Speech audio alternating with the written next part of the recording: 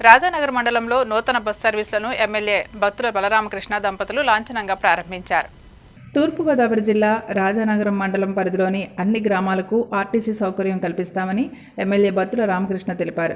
RTC bus సౌకర్యం కల్పించాలని ఎమ్మెల్యేలకు అర్జీని అందజేసిన వెంటనే రాజమండ్రి డిపో నుంచి హౌసింగ్ బోర్డు కాలనీ, దివాన్ చెరువు, శ్రీరాంపురం, శ్రీకృష్ణపట్నం, రాధేయపాలెం, పాత తొంగపాడు, కొత్త తొంగపాడు గ్రామాల మీదుగా ద్వారపూడి వరకు నూతన బస్సు ఏర్పాటు చేసినట్లు తెలిపారు. ఈ మేరకు నూతన బస్సు సర్వీసులను ఆర్టీసీ ఉన్నతాధికారులు ఎన్డీఏ శ్రేణులతో కలిసి కొబ్బరికాయ కొట్టి పచ్చజెండా ఊపి ప్రారంభించారు. బస్సు సౌకర్యం లేక గత కొన్నేళ్లుగా ఇబ్బందులు ఎదుర్కొంటున్నామని, ఈ నేపథ్యంలో బత్తుల ఎమ్మెల్యేగా గెలుపొంది బస్సు సౌకర్యం కల్పించడం పట్ల హర్షం వ్యక్తం చేశారు.